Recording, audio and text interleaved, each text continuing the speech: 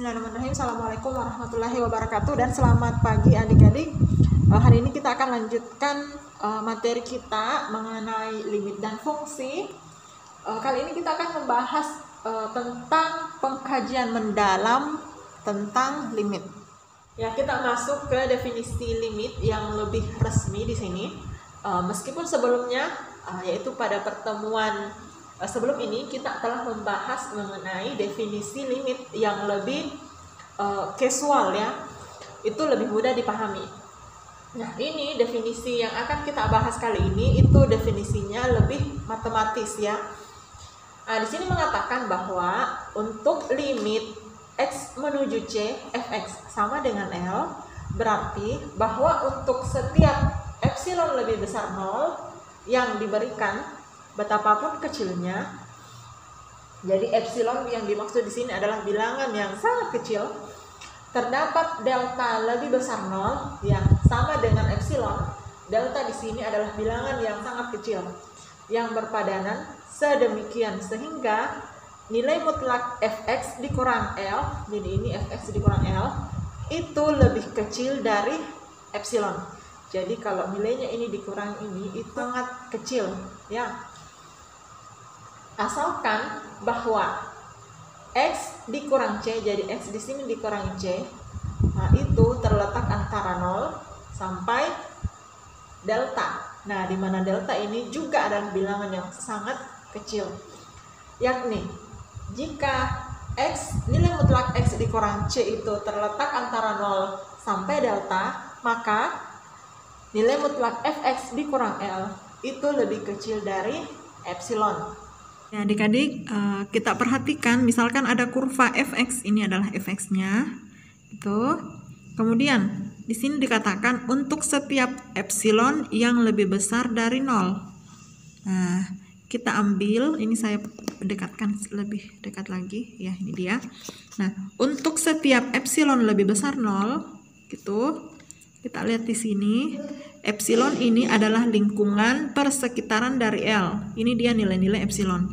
Ini epsilon, senilai epsilon, yang di atasnya juga senilai epsilon. Sehingga kita katakan bahwa nilai-nilai ini ya adalah lingkungan persekitaran dari L. Ya, kalau kita bahasakan sebelumnya, dia berada di sebelah bawah dan di sebelah atas.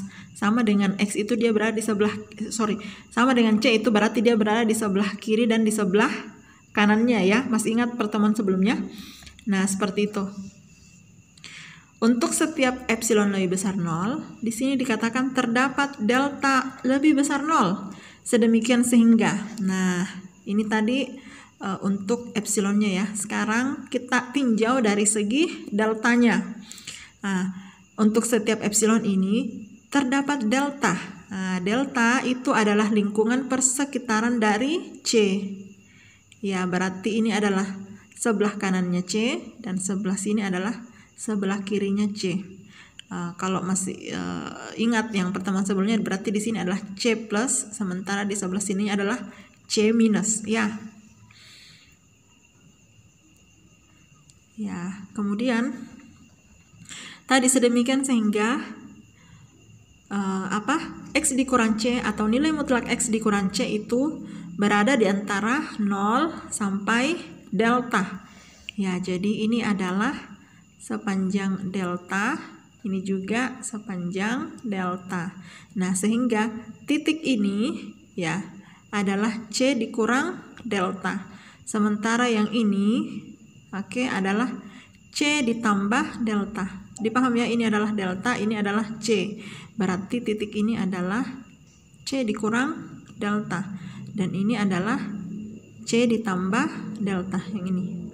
Nah, kemudian di sini jika nilai mutlak X dikurang C itu berada di antara 0 sampai delta, maka ini dia.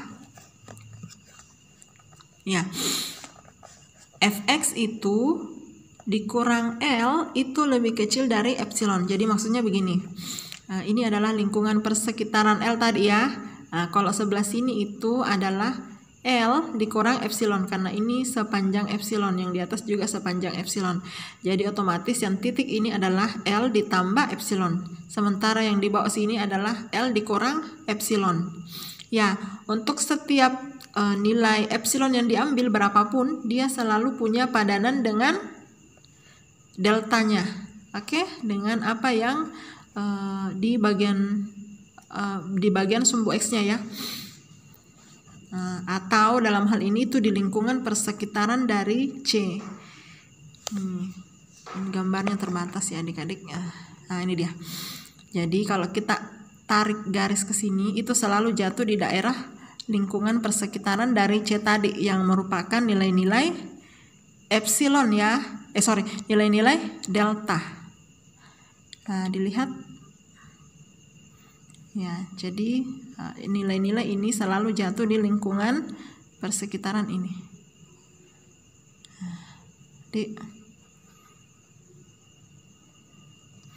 Adik-adik, setelah kita memahami makna dari definisi ini, ya, kita akan masuk ke contohnya untuk lebih memahami seperti apa sih penerapannya di soal. Karena kalaupun misalnya kita telah mengartikan, itu masih agak susah untuk dicerna ya. Nah, kita akan lebih memahami makna dari definisi ini dengan ya menjawab soal-soal yang berkaitan dengan ini. Nah, kita masuk ke contoh pertama ya.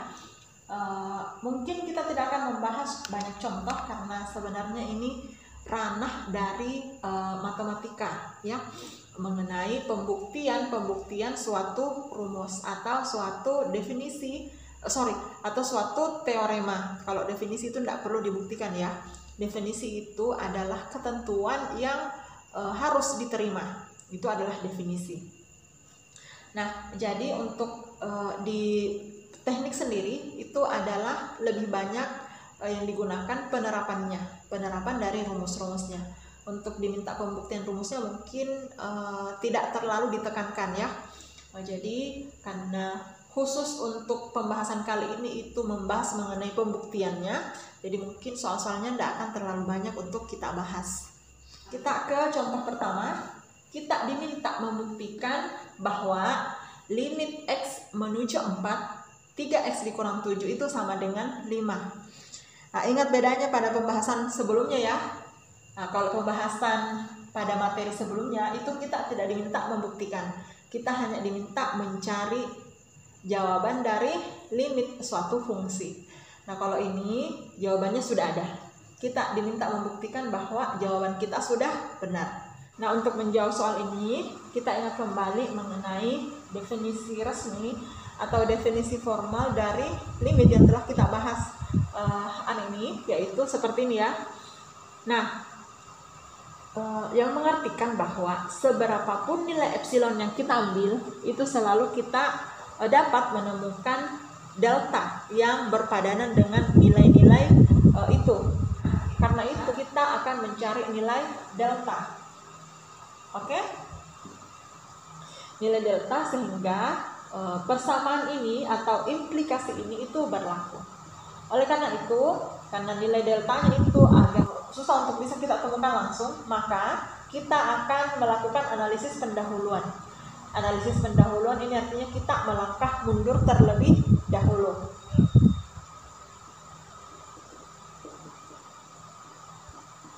Ya. Jadi kita akan berangkat dari sini. Nah, kita akan substitusi masuk nilai-nilai ini ke sini ya. Jadi fx dikurang L berarti 3x, saya mulai dari sini saja ya. Berarti 0 kecil x dikurang 4, ini 4 lebih kecil delta itu, maka fx berarti 3x dikurang 7, 3x dikurang 7 dikurang L berarti dikurang 5 lebih kecil epsilon. Nah, jadi kita akan mulai dari sini ke sini ya untuk analisis pendahuluannya. Kalau buktinya tadi itu dari sini ke sini. Ya, bisa dipahami ya. Nah, sekarang ini kita akan uraikan Begitu supaya ada kaitannya dengan X dikurang 4. Nah, saya hapus dulu. Berarti 3X dikurang 7 saya hilangkan dalam kolomnya, dikurang 5. Itu lebih kecil epsilon. Berarti di sini ya 3X dikurang ya min 7 dikurang 5 berarti min 12 ya, lebih kecil epsilon gitu. Saya teruskan ke samping karena pertanyaan tidak muat. Ya, ini bisa saya faktorkan ya. Ini ada unsur 3-nya, di sini juga ada unsur 3, yaitu 3 dikali 4. Ya, saya faktorkan menjadi 3 dikali X dikurang 4. Jadi kecil epsilon ya. 3 dikali X, 3X. 3 dikali min 4, min 12. Berarti faktornya cocok. Nah, sekarang adik-adik, ini kita sudah punya unsur X dikurang 4 yang sama dengan ini. Begitu, supaya persis sama dengan ini harus saya bagi dengan 3. Ya. Nah, berarti di sini kita gunakan sifat dari nilai mutlak, adik-adik masih ingat ya? Kalau seperti ini 3 dikali X dikurang 4, berarti bisa kita tulis seperti ini. Jadi itu lebih kecil dari epsilon. Nah, sekarang saya bagi 3 semua, berarti di sini menjadi X dikurang 4, itu kan tersisa X dikurang 4 lebih kecil dari ya, epsilon dibagi 3. Ya, karena di sini 3 itu positif ya, nilai mutlak dari 3, berarti kita bisa langsung tulis seperti ini.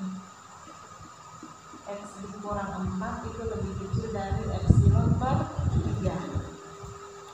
Perhatikan adik-adik bahwa nilai mutlak X dikurang 4 itu lebih kecil dari delta, sehingga nilai mutlak X dikurang 4 itu kita akan ganti dengan delta. Nah, untuk analisis pendahulunya seperti itu, kita akan lanjut ke bukti resminya atau bukti formalnya. Iya, untuk analisis pendahulunya adik-adik itu tidak kita tulis ya, biasanya tidak kita tulis. Itu hanya kita tulis di dalam kepala saja, alias sebenarnya itu adalah cakaran kita. Nah, untuk bukti resminya sendiri kita akan tulis seperti ini ya. Untuk setiap epsilon itu, jadi ini bacanya untuk setiap epsilon. Untuk adik-adik yang SMA-nya itu jurusan IPA, tentu akan mengerti simbol ini. Ini untuk setiap epsilon ya, kita pilih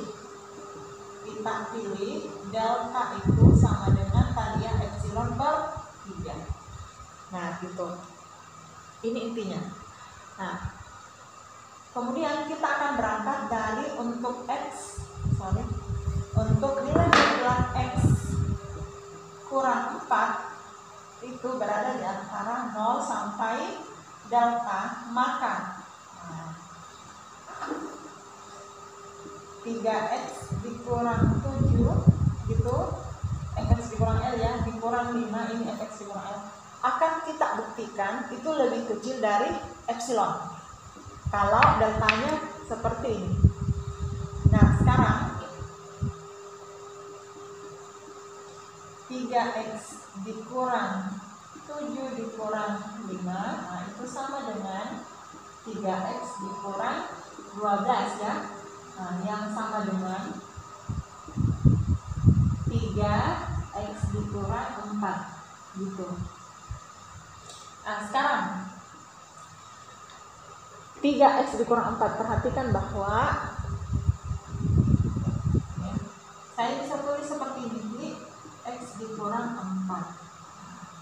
Sekarang perhatikan bahwa nilai mutlak X dikurang 4 itu lebih kecil dari delta. Berarti ini bisa saya ubah menjadi seperti ini, lebih kecil. Ingat bahwa nilai mutlak 3 itu tetap 3 ya. Nah, dikali delta. Ingat, tandanya lebih kecil itu mengikuti tanda ini. Ya, kalau di sini saya potong berarti X dikurang 4 lebih kecil dari delta. Berarti ini pasti lebih kecil dari ini. Bisa dipahami adik-adik? Ya. Kemudian delta ini kita ganti dengan epsilon per 3. Oke, berarti di sini sama dengan ya, karena di sini tandanya sama dengan, berarti 3 dikali epsilon per 3. Nah, berarti ini sendiri itu sebenarnya sama dengan epsilon. Ya, karena 3-nya habis. Nah, sekarang kita kembali dari sini ke sini.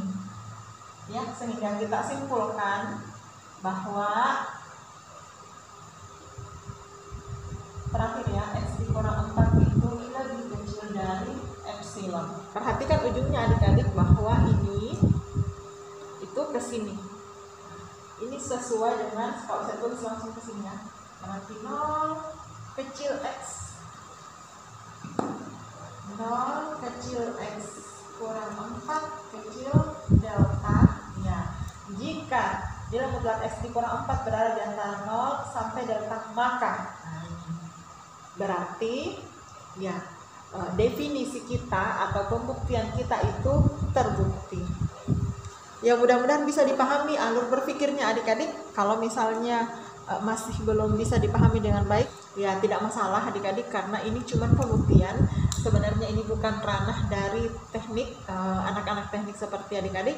Ini adalah ranah dari matematika atau matematika sains. Nah, jadi ini kita anggap saja sebagai ilmu untuk kalian ya. Adik-adik, kita lanjut ke bagian berikutnya, yaitu mengenai definisi limit sisi kanan.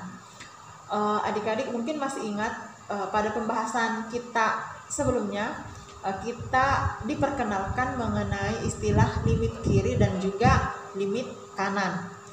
Nah, kita akan ke definisi formal untuk limit sisi kanan terlebih dahulu. Ya, jadi untuk definisinya sendiri, kalau limit X menuju C plus Fx sama dengan L, itu berarti bahwa untuk setiap epsilon lebih besar 0, ada delta yang lebih besar 0, sedemikian sehingga implikasi ini berlaku, yaitu jika X dikurang C itu berada di antara 0 dan delta, maka nilai mutlak Fx dikurang L itu lebih kecil dari epsilon. Nah, ini yang menandakan bahwa dia adalah limit kanan. Untuk limit kiri sendiri kurang lebih sama, kecuali di sininya kita ganti dengan C minus. Ya, kurang lebih seperti itu adik-adik. Perlu saya tekankan kembali adik-adik bahwa fungsi itu dikatakan mempunyai limit jika dia mempunyai limit kanan dan juga limit kiri, dan nilainya sama. Artinya limit kiri dan limit kanannya itu mempunyai nilai yang sama.